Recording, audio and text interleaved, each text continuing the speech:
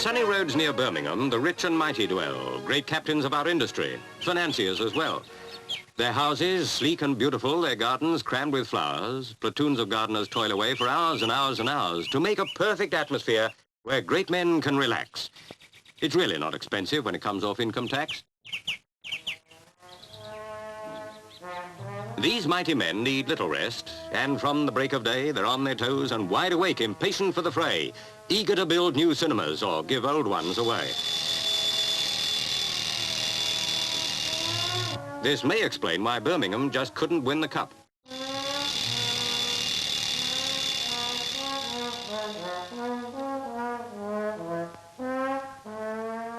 Blimey, it's Mr. Davis, and he's really getting up.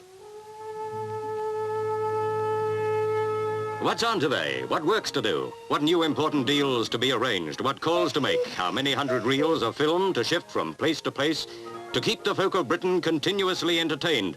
What letters to be written? A day like this inspires a man. It makes him enterprising. Though first he needs a spot of grub to face such early rising and give him strength to meet the day. Hey there, no advertising.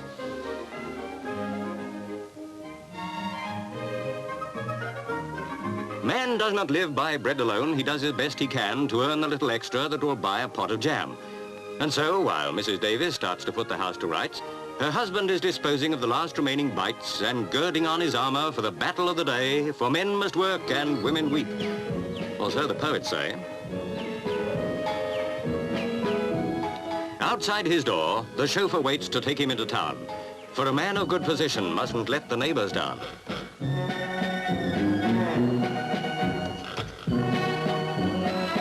And on the way, there's time to scan the latest information on politics and world affairs, the business of the nation, before he meets his colleagues who are waiting to agree the details of a conference at Blackpool by the sea, where cinema exhibitors of every shape and size will shortly gather to discuss just where their future lies, to draw up plans, air grievances, and have a general bash at the Chancellor and everyone who stops them earning cash.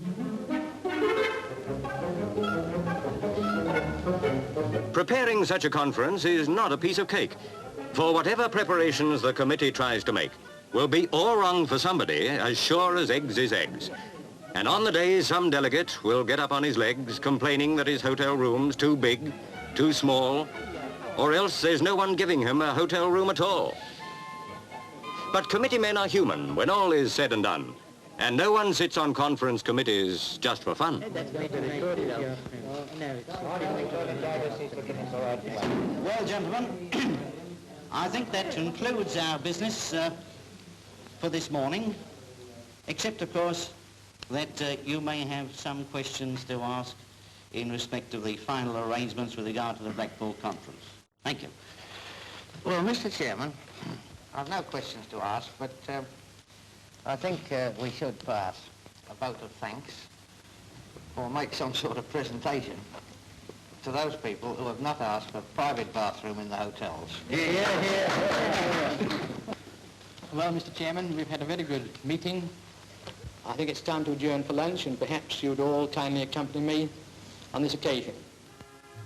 With keen anticipation, the committee hurry out, dreaming of tender chicken roast with mushrooms set about. Perhaps some grave to wash it down, then strawberries and cream. Coffee, Cointreau, a fat cigar. Alas, it is a dream. No fine exclusive restaurant, no well-provided club, no orchestra, no orchids, just an ordinary pub. But cinema exhibitors are used to taking knocks, concealing disappointment and facing up to shocks. So perfect are their manners, not a hint shows in their faces, that conceivably they might have thought of more exciting places. Or that beer and cheese and biscuits are not quite what you'd think a presidential lunch would mean in terms of food and drink. For it would never do to cause a president offense. To keep in with the president is only common sense. So they thank him for the kindly hospitality he's shown. Excuse me, Mr. Davis, but you're wanted on the phone.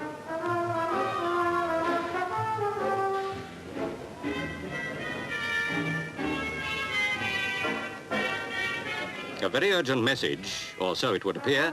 It would have to be important to take him from his beer. Sorry, boys, but my secretary's just reminded me of a business appointment. I can't stay. Cheerio. It's a penalty of greatness that occasions such as these are prone to interruption, for even beer and cheese have to be left unfinished when there's business to be done. It may seem hard to swallow, but that's how the world is run. Alas, poor Mr. Davis, that he should have to leave his friends behind him in the pub, that duty should bereave his colleagues of his company. But still, he'd never shirk the burdens of his office, the unrelenting work. He does his duty bravely, though anyone would think the problems that beset him would drive a man to drink.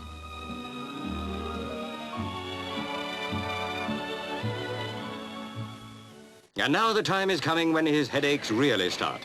The train is at the platform and he's ready to depart for Blackpool to prepare for when the members come along, and heaven help the president if anything goes wrong.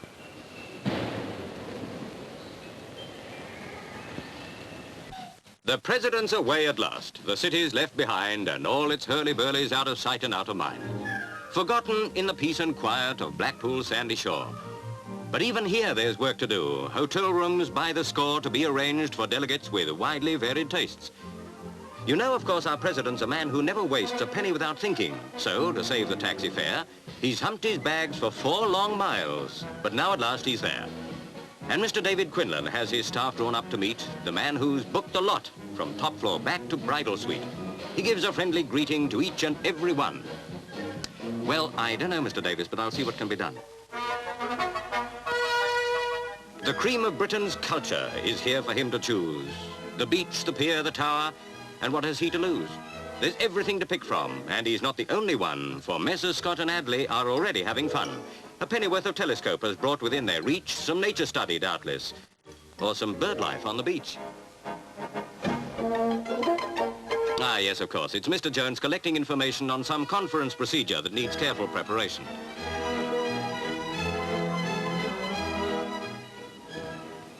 And now it's time to welcome all the chaps from C.E.A. like Mr. Walsh and Mr. Pearl arriving for the fray.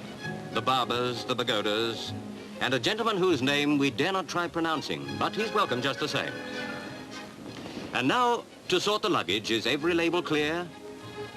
Hey, that's enough publicity. And Mr. Brewster's here, and Mickey Shipman and his wife as well, in fact a lot, all setting out to sample everything that Blackpool's got to offer them. And tell me, what a conference is for, but rest and relaxation. Well, I don't know, I'm sure. An ice for Mr. Fielder, a drink upon a stick. A very little one, of course, we mustn't make him sick. But Mr. Walter Eckhart is made of sterner stuff. He'll tackle something bigger, though the going may be tough.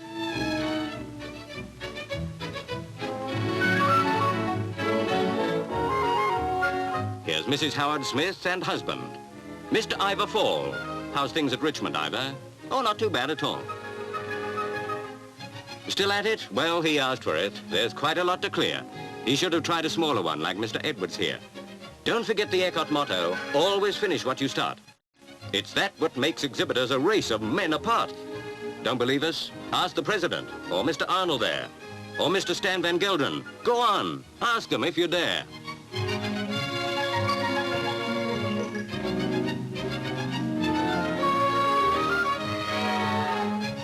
Per ardua ad astra, which translated from the Latin means, "God blimey, where on earth do you find the room to put all that in?" But while ice cream may satisfy the customers at first, its most important function lies in building up a thirst. A drink for Mr. Lister, and another for his wife, and one for Mr. Cavison. The party comes to life as Mr. Dennis Kester, Liverpool's Dudley West, and other thirsty delegates arrive to do their best. Mr. Cheetham, Mr. Cotton, and Mrs. Johnson too. But need we name them? After all, the crowd included you. It's good to see the delegates are building up their strength for a conference agenda of considerable length. It does not, we must remind you, confine itself to drinks. There's a most important tournament next morning on the links. A bowls event at Stanley Park, the Norbreck supper dance, a fashion show at Horrocks's, when wives will have a chance to draw attention to the fact that summer's nearly here. And once again, they haven't got a single thing to wear. Let's see, there must be something else. Oh yes, we quite forgot. The General Council will be meeting, if it's not too hot. So here's a health to everyone in the C.E.A., success to their endeavors, and may they have to pay less entertainment tax this year on ever bigger takings. May all their cinemas be full and all their undertakings prosper exceedingly. We wish them happiness and wealth. In fact, We wish them everything a man could wish himself.